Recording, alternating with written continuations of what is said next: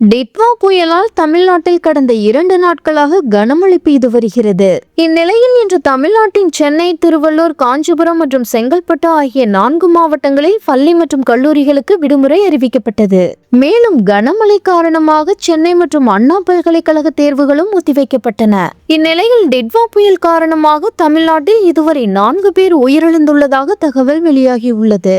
இந்நிலையில் இன்றும் சென்னையில் கனமழை பெய்து வரும் நிலையில் இன்று நள்ளிரவு எண்ணூர் கடற்பகுதிக்கு அருகே டிட்வா புயல் கரையை கடக்கும் என வானிலை ஆய்வு மையம் தெரிவித்துள்ளது. மேலும் இன்று சென்னை, திருவள்ளூர், காஞ்சிபுரம் மற்றும் செங்கல்பட்டு ஆகிய மாவட்டங்களில் கனமழை தொடரும் எனவும் அறிவிக்கப்பட்டுள்ளது. இது தவிர திருப்பத்தூர், ராணிப்பேட்டை, மயிலாடுதுறை, விழுப்புரம் மற்றும் கடலூர் உள்ளிட்ட மாவட்டங்களில் மிதமான மழை தொடரும் எனவும் தெரிவிக்கப்பட்டுள்ளது.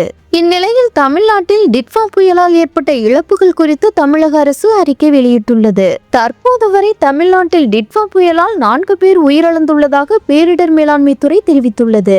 இது குறித்து தமிழக அரசு வெளியிட்டுள்ள அறிக்கையில், டிட்வா புயல் காரணமாக தமிழ்நாட்டில் எதிர்பாராத விதமாக கனமழை பெய்து வருகிறது. இந்த கனமழைக்கு தமிழ்நாட்டில் இதுவரை 4 பேர் உயிரிழந்துள்ளனர். மேலும் 582 கால்நடைகளும் உயிரிழந்துள்ளன.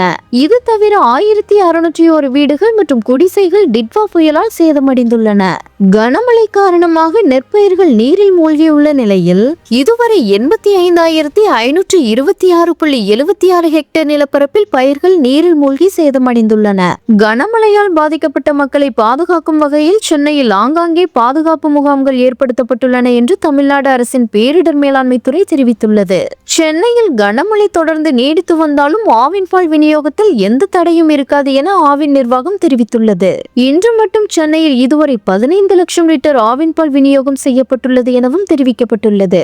மேலும் சென்னையில் நாளை விடியும் வரையில் மழை இருக்கும் என்பதால் அவசியமின்றி பொதுமக்கள் யாரும் வெளியே வர வேண்டாம் என தமிழக அரசு சார்பில் தெரிவிக்கப்பட்டுள்ளது.